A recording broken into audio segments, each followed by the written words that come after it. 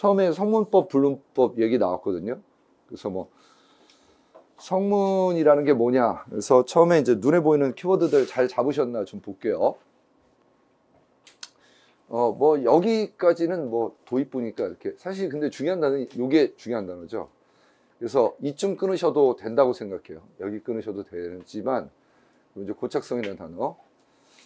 그 다음에 이제 이거랑 연결되는 게 이제 사회적 토대의 변화, 뭐 혹은 뭐 이렇게 사회적 변화 하셔도 되고요. 이게 이제 한계가 있다. 고착성이라는 한계. 근데 여기는 개폐되거나 새로운 입법이 이루어진다. 하지만 그 과정에 항상 적시 일어나는 것은 아니다. 그래서 여기죠. 그것 때문에 이제 새로운 관행이 생겨난다. 이런 얘기가 있고요. 그리고 사실 이제 이쯤에서 끊어주시고 여기가 되게 좀 중요하죠. 그렇습니다. 첫 번째는 관행이 있어야 되고요. 그 다음에 걔가 지속 반복돼야 되고요. 그 다음에 그 다음에 이제 사실은 제일 중요한 게 이거죠. 그렇습니다. 뭐냐면 법적 확신. 되게 중요해요. 요게 갖춰지면 우리가 이거 뭐라 부르냐면 관습법 이렇게 부르는 거죠. 자, 관습법의 이러한 개념은 뭐라 그랬냐면 사실 법체계에서 대체로 인정된다 그랬어요. 그러니까 관습법이 인정되지 않는 경우는 조금 드물어요. 그렇습니다. 그래서 어느 나라나 보통 이렇게 관습법이 있고요. 요게 특히 조금 굉장히 중요하다 볼 수 있고요. 근데 관습법의 효력에 관해서는 서로 다른 견해가 있다 그랬어요. 우선 관습법이 법률과 내용을 달리할 때 그렇습니다.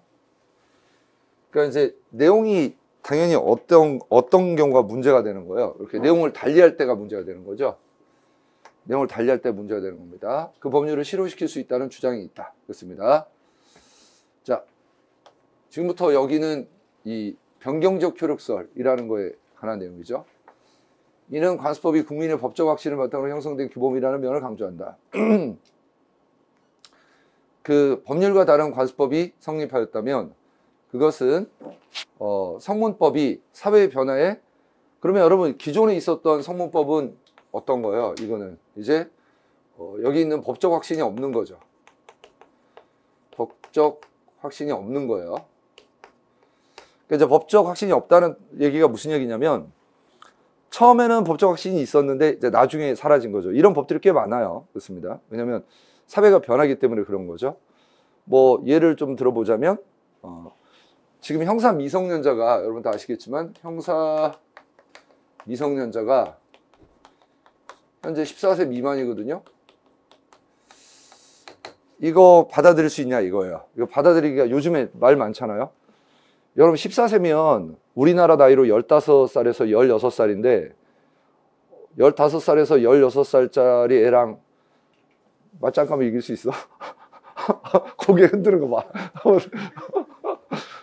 왜 이유가 뭐죠? 요즘에 15살, 한국 나이로 15살, 16살 이렇게 되잖아요. 그럼 애들 조금 발육 좋은 애들은 막 182, 183 그래요. 애들이. 몸무게도 막 한 7, 80kg씩 나가고. 근데 얘네들이 이제 몸만 커지는 게 아니라 애들이 요즘에 인터넷 환경이 굉장히 발전을 해서 좀 되게 다양한 것들을 익히거든요. 근데 문제는 이 법이 언제 만들어졌냐면 1960년대 초반에 만들어졌거든요. 그러면 1960년대 초반에 만들어졌으니까 지금 60년 전에 만들어진 거잖아요. 그러니까 이 형사 미성년자 14세 미만이라는 건 사실은 어때야 성립하는 거냐면 60년 전에 14살과 지금의 14살 사이에 큰 차이가 없어야 사실 이게 우리가 받아들이기가 쉽단 말이에요. 근데 60년 전에 14살하고 지금 14살하고 과연 같을까? 생각을 한번 해보면 야, 이거 그렇다고 보기가 조금 어렵다는 거예요. 물론 얘는 관습법이라는 게 성립할 수가 없어요. 왜냐하면 이게 형사법이기 때문에 보통 우리가 관습법이라는 게 성립되는 것은 형사 영역에서는 관습형법 금지라는 죄형법정주의상의 원칙이 있기 때문에 원래 관습법이라는 게 받아들여지지 않아요. 근데 그것도 좀 더 정확하게 얘기하면 그런 것들이 약간 오해할 수 있는 게 관습형법이라는 게 존재할 수 있는 여지가 조금 있어요. 어떤 경우에 존재할 수 있냐면 제가 그전에도 말씀드렸지만 유추해석 금지가 형사 영역에서 적용이 되냐 안 되냐 우리가 이걸 따져보면 죄를 가중시키거나 혹은 없던 죄를 만드는 경우에는 유추 해석이라는 게 있을 수 없지만 죄를 없애거나 감형시킬 경우에는 유추 해석이라는 게 받아들여질 수 있죠. 사실은 그런 관점에서 보면은 관습형법이라는 게 조금 이따 제가 말씀드리겠지만 관습형법이라는 건 존재할 수 없지만 사회상규 혹은 조리의 이름으로 이렇게 조금 떨어뜨릴 수 있는 가능성이 전혀 없는 건 아닙니다, 사실. 자, 일단 성문법이 사회 변화에 제때 대응하지 못했음을 보여주는 증거라는 것이다. 자, 그런데도 사회의 필요에 응하여 자연히 발생하는 관습법을 실증주의적인 태도, 요거죠? 이게 이제 굉장히 좀 중요한 포인트라고 볼 수 있어요. 그러니까 조금 이따 뭘 보충적 효력설이라는 게 뭘 굉장히 강조하는 거예요. 실증주의적 태도라는 게. 네, 다 알고 있어요. 우리 법적 안정성이라는 걸 굉장히 강조하는 태도가 되는 거죠. 고소하여 저지하는 것은 사실상 불가능하며 옳은 자세도 아니라는 것이다. 그러니까 이 견해랑 대립적인 견해라는 거 알 수 있고요. 까지 끊어주고 이제 결론적으로 이렇게 되는 거죠. 자, 국민이 법적 확신을 가지고 지지하는 관습법은 법적 확신이 깔려있지 않은 법률을 배제할 수 있다. 자, 그 다음에 뭐라고 되냐면 이 견해에 의하면 관습법은 효력상 법률과 대등한 지위를 가진다. 그러면 법률하고 대등적 지위를 가지는데 어떻게 기존 법률을 변경할 수 있죠? 그 이유가 몇 가지 있는데 원래 그러니까 좀 조심하셔야 될 게 조금 이따 나오지만 이제 법이라는 개념 안에는 그 법 간의 충돌이 있을 수 있는 경우가 있어요. 근데 법 간의 충돌이 있을 때는 첫 번째는 우리가 이 상위법 우선의 원칙이라는 게 있죠. 대체로 널리 알려진 거잖아요. 상위법 우선의 원칙이라는 게. 상위법 우선의 원칙이라는 게 뭡니까? 상위법하고 하위법하고 충돌하는 경우에 하위법이 효력을 상실하는 거예요. 그렇죠? 그러면 맨 위에 뭐 있다? 맨 위에 꼭대기 헌법이 있어요. 헌법. 자, 헌법이 이제 뭘 하냐면 우리가 흔히 얘기하는 수권이라는 걸 해요. 이제 자기가 가지고 있던 권한의 일부를 넘겨주는 거죠. 그럼 헌법 밑에 뭐가 있냐면 이렇게 법률이 있어요. 근데 법률 밑에 우리가 보통은 이제 학교에서 배울 때는 조례, 명령, 규칙 이렇게 배우는데 사실 명령하고 규칙을 이렇게 상하이 관계로 놓는 거는 그렇게 바람직하지 않을 수 있어요. 사실은 조례, 명령, 규칙 이런 식으로 가는 게 더 맞죠. 좋습니다. 그래서 뭐 별로 어렵지 않습니다, 여러분. 법률은 헌법에 위반되면 안 되고 조례는 법률에 위반되면 안 되기 때문에 충돌하는 부분에서 효력을 상실하는 거예요. 별로 어렵지 않죠? 자, 근데 이제 그래도 혹시 모르니까 요 이 세 개의 차이점 알려드리겠습니다. 첫 번째는 이 명령이라는 거는 통상적으로 우리나라에서는 그러니까 머릿속으로 뭐 떠올리시면 되냐면 대통령령 이거 떠올리시면 돼요. 대통령의 명령 이게 대통령령이에요. 그러니까 이거는 기본적으로 일반적으로 대국민적 효력을 가지고 있는 경우 되게 많아요. 그러니까 대국민효가 있다는 건 무슨 얘기냐면 국민의 권리와 국민의 의무 이런 것과 관련된 효력을 발휘할 수 있는 경우에 보통 우리가 명령 이렇게 얘기를 하는 거죠. 자, 그 다음에 조례는요. 조례는 지자체에서 만드는 거죠. 지방자치단체의 의회에서 만드는 거예요. 지자체의 의회에서 만드는 건데 사실은 지자체에도 뭐가 있냐면 그러니까 지방자치단체의 법이 조례고요. 지방자치단체 여러분 예를 들어서 여기 강남구가 있지 않습니까? 그러면 강남구 구의회가 있을 거 아니에요? 그럼 거기서 만드는 게 이 조례거든요. 근데 강남구청장도 강남구 내에서는 뭘 할 수 있냐면 지방자치단체장도 명령이라는 걸 할 수 있어요. 그래서 지방자치단체장의 명령은 그 지방자치단체 안에서만 적용이 되는 거예요. 그렇죠? 자, 세 번째는 규칙인데 규칙은 머릿속으로 뭐 떠올리시면 되냐면 대법원 규칙, 국회 규칙 이렇게 그러니까 국가기관 대체적으로 이거는 뭐냐면 이렇게 내부에서 다르게 얘기하면 뭐가 없는 거예요? 대국민적 효력이 원칙적으로는 없어요. 원칙적으로 없고 기관 내부에서만 적용되는 거다. 이렇게 보시면 되고요. 그 다음에 두 번째 보겠습니다.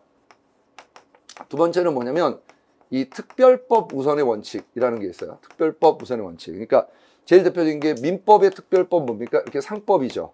형법의 특별법은 진짜 많죠. 여기 또 예를 들자면 폭력행위 등 처벌에 관한 법률, 특정 범죄 가중처벌에 관한 법률, 특정 경제범죄 가중처벌에 관한 법률, 성폭력 범죄에 관한 법률 이런 것도 되게 많단 말이에요. 그렇죠? 민법에 뭐가 있다고 그랬어요? 이게 상법이 있다고 그랬잖아요. 근데 상법에도 다시 뭐가 있어요? 예를 들자면 주식거래에 관한 되게 다양한 법률들이 있잖아요. 금융 관련 법들은 다 민법의 특별법이에요. 그렇습니다. 그래서 이런 것들이 우선 적용되는 거다. 이거고 세 번째 거 중요합니다. 세 번째 거 보겠습니다. 자, 세 번째 거는 뭐냐면 우리가 신법 우선의 원칙이라는 거 있는데 이 신법 우선의 원칙을 학생들이 조금 착각하는 경우가 있어가지고 좀 말씀드릴게요. 보통은 이게 그렇게 조금 약간 오해하게 쓰여져 있기는 해요. 왜냐면 신법의 우선의 원칙이라는 게 왠지 A라는 법이 있어. 근데 B라는 법이 있어. 근데 거기 조금 충돌하는 규정이 있어. 그럴 경우에 A라는 법과 B라는 법 중에 나중에 나온 법을 가지고 신법 우선의 원칙에 따라서 적용시키는 게 아닐까? 이렇게 이제 오해를 많이 하신다. 근데 예를 들어서 여러분, 민법하고 상법하고 둘이 충돌하는 규정이 있어. 그런데 상법이 먼저 나왔고 민법이 나중에 나왔어. 그럼 민법이 신법이니까 민법이 우선합니까? 그럴 리가 없지요. 그 경우는 특별법 우선의 원칙에 따라서 상법이 우선하는 거예요. 그러면 도대체 신법 우선의 원칙이라는 게 어떻게 적용이 되느냐? 신법 우선의 원칙이라는 건 이렇게 적용되는 거예요. 보세요. 어떤 법이 있는데, 자, A라는 법이 있다. A라는 법이 있는데 이게 1960년대에 제정이 됐어. 그러다가 한 20년쯤 지나서 1980년대에 뭐가 있었냐면 개정이 있었어.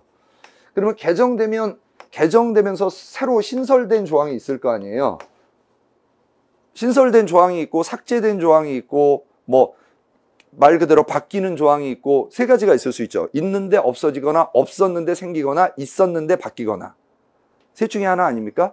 자, 그러다 보니까 이제 어떤 조항하고 충돌할 여지가 있냐면 기존에 그 법전에 있었지만 전혀 변하지 않는 조항과 새로 나중에 들어온 조항 사이에 충돌이 생기는 경우가 있을 수 있어요.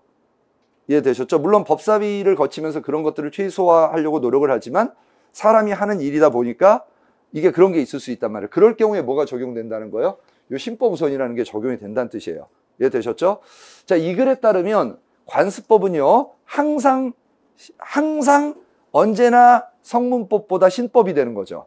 왜냐면 관습법이라는 게 어떤 법률이 시대의 흐름에 잘 안 맞으니까 새로운 관행이 생겨나서 그 새로운 관행이 쭉 지속되다 보니까 충돌이 생기는 거고, 그때 이제 뭐라고 얘기하는 거예요? 이쪽은 법률과 대등한 지위에 있다. 이게 무슨 뜻입니까? 관습법은 법인데 그럼 관습법이 뭐가 되는 거예요? 신법이 되기 때문에 관습법이 신법 우선의 원칙을 적용을 받게 되고, 그 다음에 여기 그러면 기존의 법률을 변경시킬 수 있다. 이런 뜻이에요.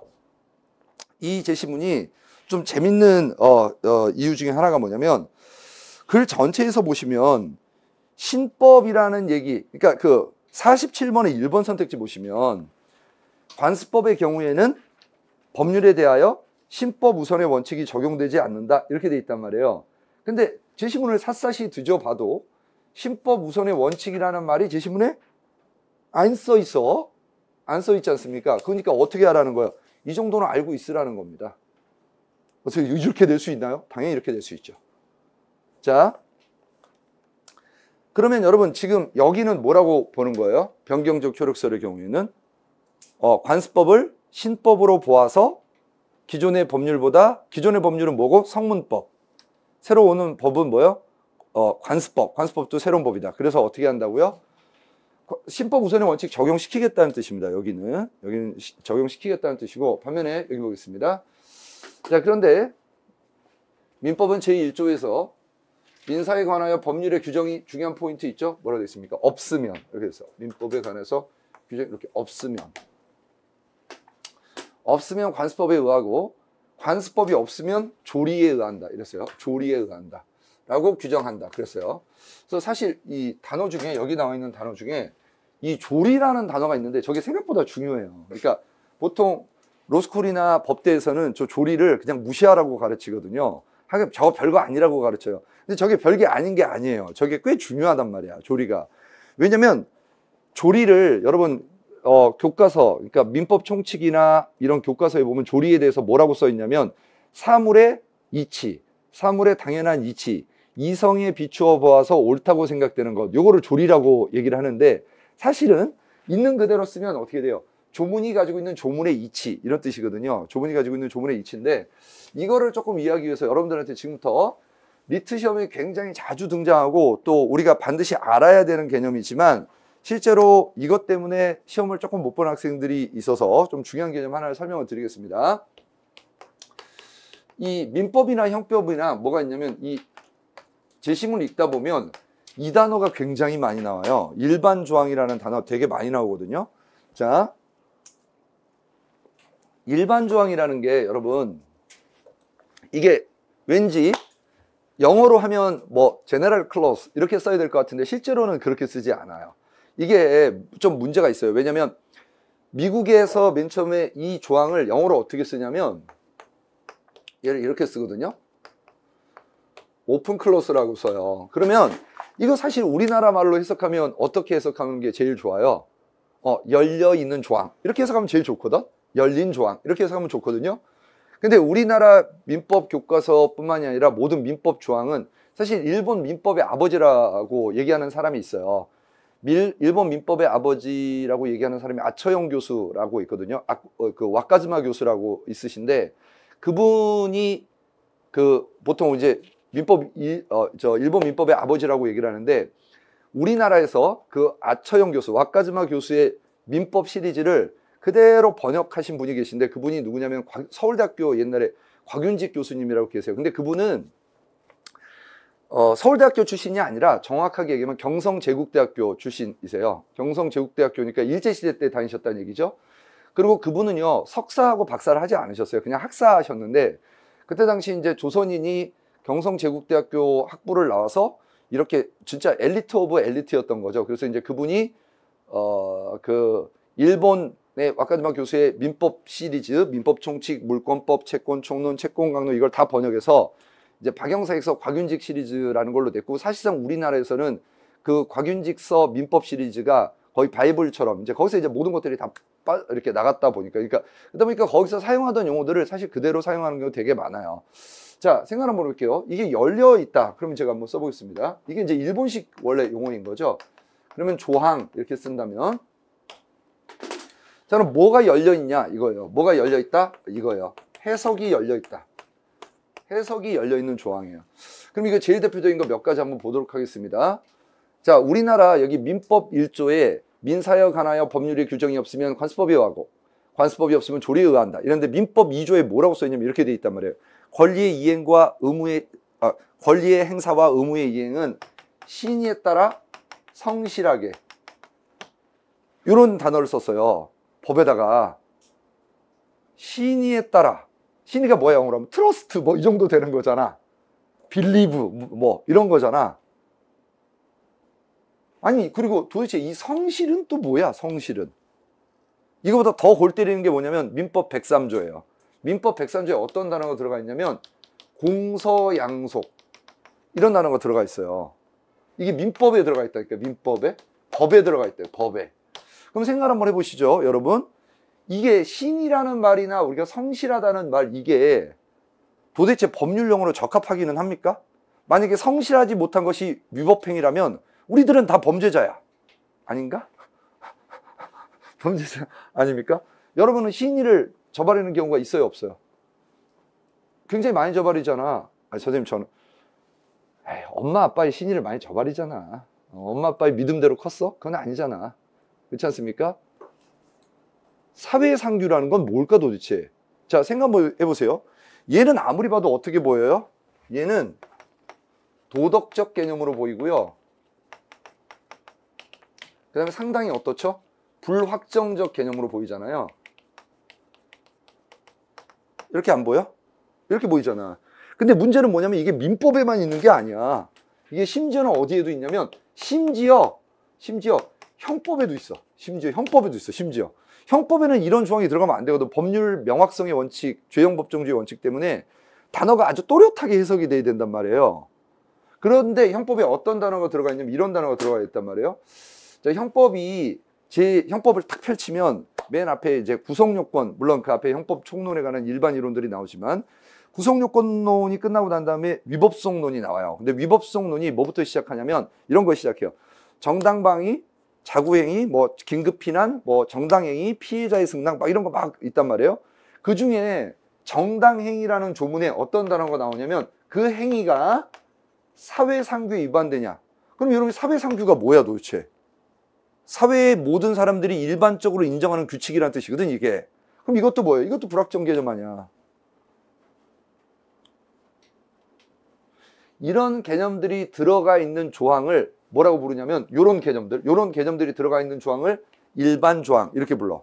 그러면 일반 조항이라는 게 왜 있을까를 좀 생각을 한번 해볼게요. 자, 일반 조항이라는 게 왜 있을까를 한번 생각을 한번 해볼게. 자, 우리나라의 법학 체계는요, 여러분들이 나중에 공부하시겠지만 기본적으로 판덱텐 체제라는 걸 취해요. 판덱텐 체제. 판덱텐 체제가 뭐냐면 이런 거예요. 좀 천천히 한번 얘기를 한번 해볼게요. 옛날에 로마법은요, 로마법은 맨 처음에는 발음하기 힘들어요. 인스티투치오네. 우리 영어로 하면 인스티튜트 정도 되는 거죠. 근데 이제 맨 처음에 로마법이 원래는 어떤 식의 문제 해결을 했냐면, 사건이 생기면 그 사건을 해결하고 그 사건과 관련된 법을 미리 만들거나 만드는, 일반적으로 사건별 이 입법 방식을 채택했거든요. 근데 여러분, 그렇게 법을 정한다고 생각을 한번 해보세요. 그러면 그 법은 100만 개에도 조문이 모자랄 거고 1억 개에도 모자랄 거고 1000억 개에도 모자랄 거예요. 왜냐하면 모든 인간들은 다 개성을 가지고 있고 성격과 심리가 다 다르고 어떠한 의미에서도 동일한 사건이라는 건 존재할 수 없기 때문에 그런 거예요. 이해되셨죠? 그래서 결국에 이제 판덱텐 체제라는 건 뭐냐면, 모든 사건에 공통적으로 존재하는 공통 분모들을 뽑아가지고 그것을 보통 우리가 총론이라는 형태로 따로 정리하고, 그걸 이제 보통 총론 이렇게 부르죠. 그 다음에 그 각각의 사건에서 있을 수 있는 개별적인 형태를 강론이라는 형태로 뽑아가지고 총론과 강론의 형태로, 그럼에도 불구하고 추상적이에요. 총론도 좀 추상적일 수밖에 없고 강론도 좀 추상적일 수밖에 없죠. 그렇게 이제 법률 시스템을 만들어 놨단 말이에요. 근데 그러다 보니까 어떻죠? 구멍이 송송송송송송 막 나 있는 거야, 구멍이. 그러니까 법률의 흠결이라는 게 많이 생긴단 말이에요. 이해되셨죠? 그러면 어떤 당사자들이 왔는데, 그 당사자들이 왔었을 때 법관이 판결을 해줘야 되는데 조문이 없는 경우가 있어. 자, 이렇게 되는 거지. 보세요. 제가 법률이 있나? 찾아봤더니 없어. 관습이 있나? 찾아봤더니 이 사건이 해당 분야의 첫 번째 일어난 사건이기 때문에 관습도 있을 리가 없어. 이해되셨죠? 자, 그런데 내가 해결은 하긴 해야 된단 말이야. 그렇죠? 근데 만약에 해결 못하면 어떻게 되는지 아세요, 여러분? 판사가 판결 못하면 어떻게 됩니까? 자, 얘가 얘한테 돈을 꿔줬어. 근데 얘가 뭐라고 하냐면 얘한테, 뭘 꿔줘? 중요한 거잖아. 둘이 싸움이 붙었어. 법률가 앞에 왔어. 돈 내놔라? 못 주겠다 이거야. 근데 법률가가 조문을 찾아봐도 없고 관습법 찾아봐도 없고 이래. 그럼 내가 두 명한테 이렇게 얘기하는 거예요. 보세요. 어떤 일이 생길까를 생각해봐.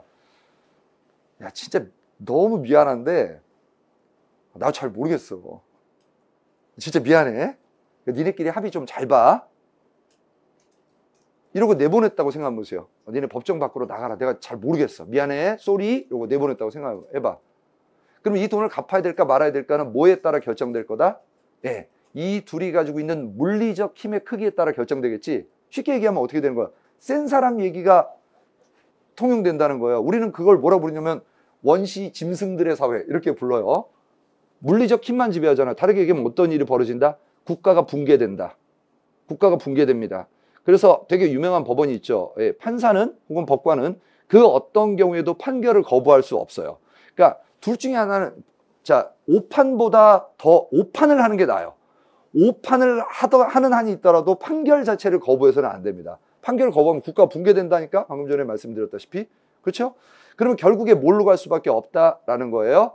판사 자신이 가지고 있는 판사의 직업적 양심과 논리에 기댈 수밖에 없어요. 그걸 보통 우리가 뭐라 부르냐면 조리라고 부르는데, 판사가 야, 내가 생각해보니까 논리적으로 봤었을 때 이래, 이렇게 얘기할 수는 없단 말이야. 아니, 뭔가 근거가 있어야 될 거 아니야. 그때 잡아끄는 근거가 뭐냐면 바로 이 일반 조항이라는 거예요. 그러니까 이 일반 조항을 신이라는 말, 이 개념 되게 넓은 개념이잖아. 어떻게 하면 되는 거야? 야, 너는 신이 안 맞아, 그거는. 혹은 너는 그건 공소양속에 안 맞아. 너는 그건 권리, 또 여러분, 이게 민법 2조에 뭐라고 되냐면 이런 단어가 있어요. 자기가 가지고 있는 권리를 남용하지 마라. 이런 권리남용 금지 원칙 같은 것도 있거든요.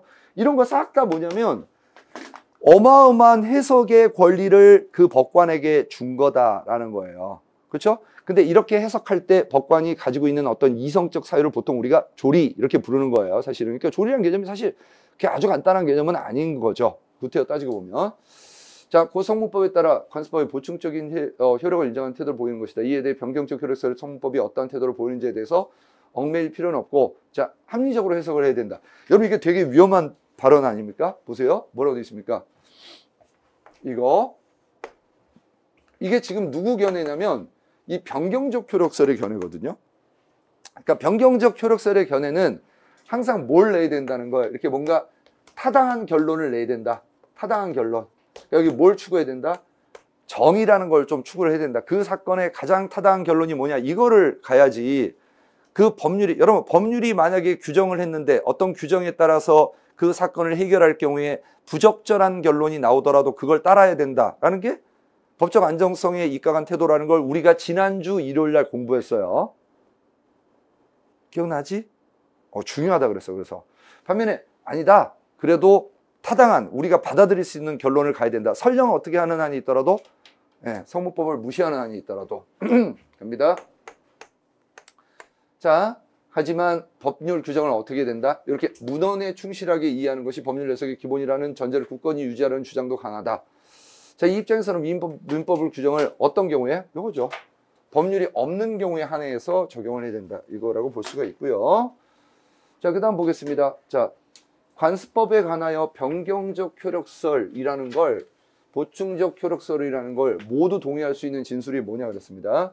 자, 첫 번째는 뭐냐면 이거야. 모두 동의라는 게 양쪽 다 인정해야 되거든요. 근데 여기 보면 관습법의 경우는 법률에 대해서 신법 우선의 원칙, 신법 우선의 원칙이 적용되지 않는다 그랬어. 그러니까 이거 뭐예요? 관습법을 법률로 볼 수는 없다. 이런 뜻이거든요. 그러니까 이제 보충적 효력설만 이렇게 얘기할 수 있는 거고, 반면에 신법 우선의 원칙이 적용된다 이래 버리면 기존에 있던 민법 규정이 새로 나온 보충 그 관습법 규정에 의해서 개폐되는 결과가 나타나기 때문에 1번은 보충적 효력설만 저렇게 주장할 수 있는 거죠. 두 번째, 법적 확신이 결여된 법률. 벌써 여기서 이게 변경적 효력설이라는 거 아실 수 있죠? 관습법으로 하여금 그 공백을 채우도록 할 필요가 있다.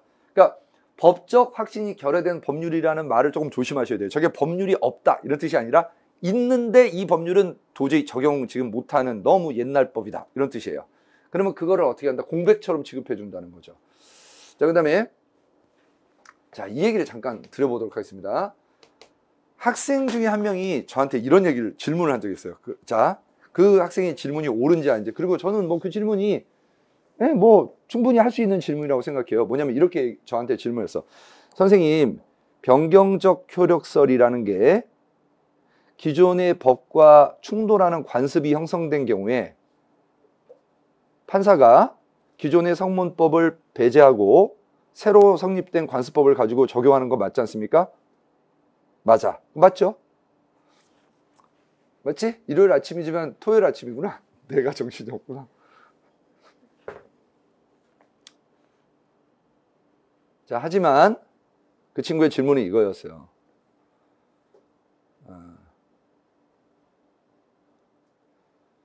보충적 효력설에 따르면 판사는 판결을 할 때 법률에 규정이 없으면 관습법이라는 거를 적용을 시키는 거니까, 그렇죠? 관습법, 만약에 법률에 규정이 있으면 관습법은 적용 안 하는 거잖아요. 이해되셨죠? 그러면 그 경우라면 판사가 성문법만을 가지고 판결하는 거니까 관습법은 고려 대상이 아니지 않냐. 이해돼? 그럴듯하잖아.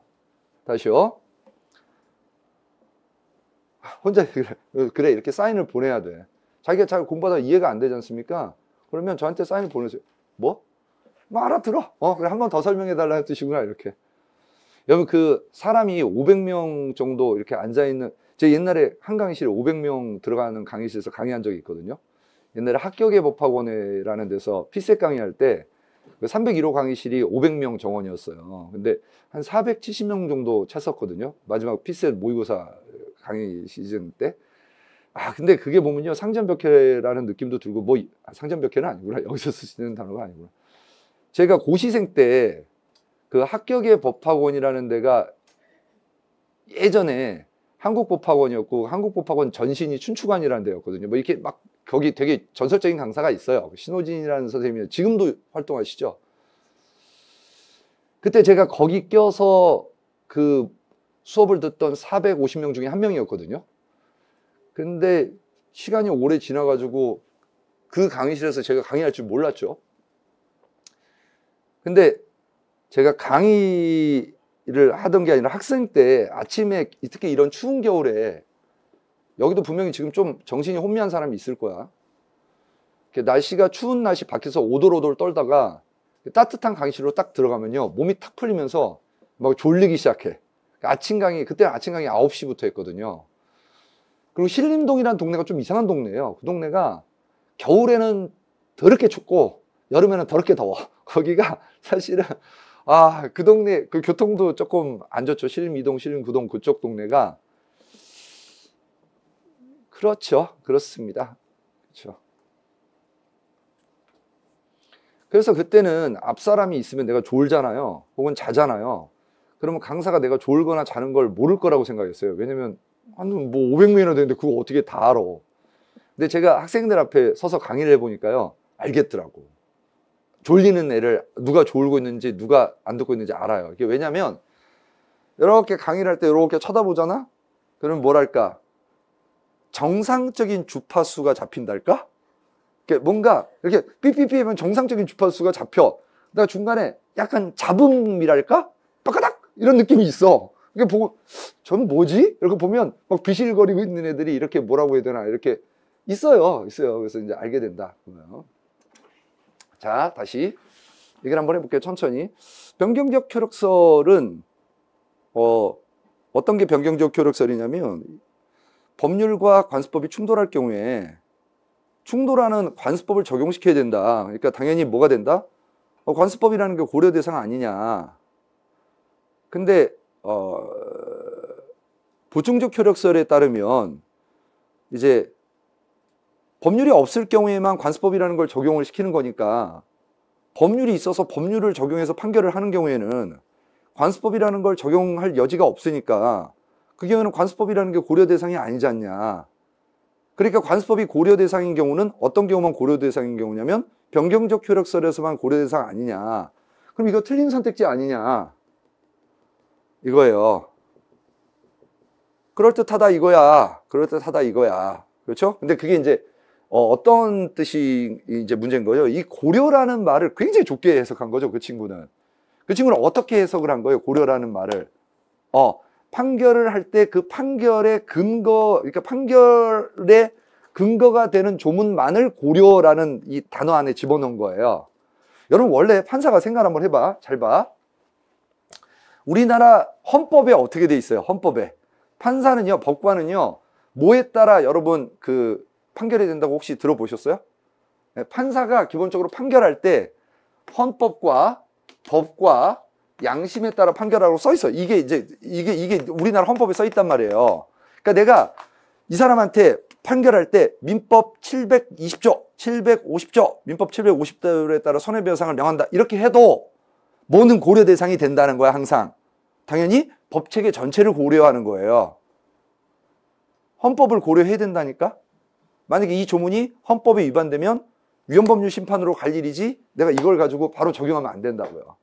그러니까 관습법이라는 것도 사실은 어떻게 돼야 되는 겁니까? 이걸 법체계의 일부로 받아들이는 순간 어떻게 되는 거야? 무조건 고려 대상이 되는 거야.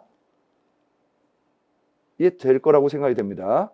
제가 조문을 지금 민사 사안인데 이걸 딱 적용을 하려다가도 혹시 상위법에 뭐가 있는 건 아닐까?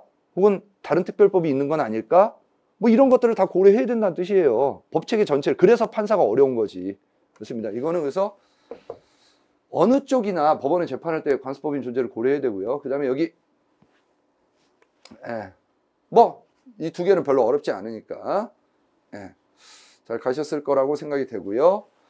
자, 그 다음 보겠습니다. 그래서 여기는 구태여 따지면 이제 주장 간의 공통 요소라고 되어 있는데 추론 문제죠. 추론 문제입니다. 이제 공통 요소 이렇게 볼 수 있고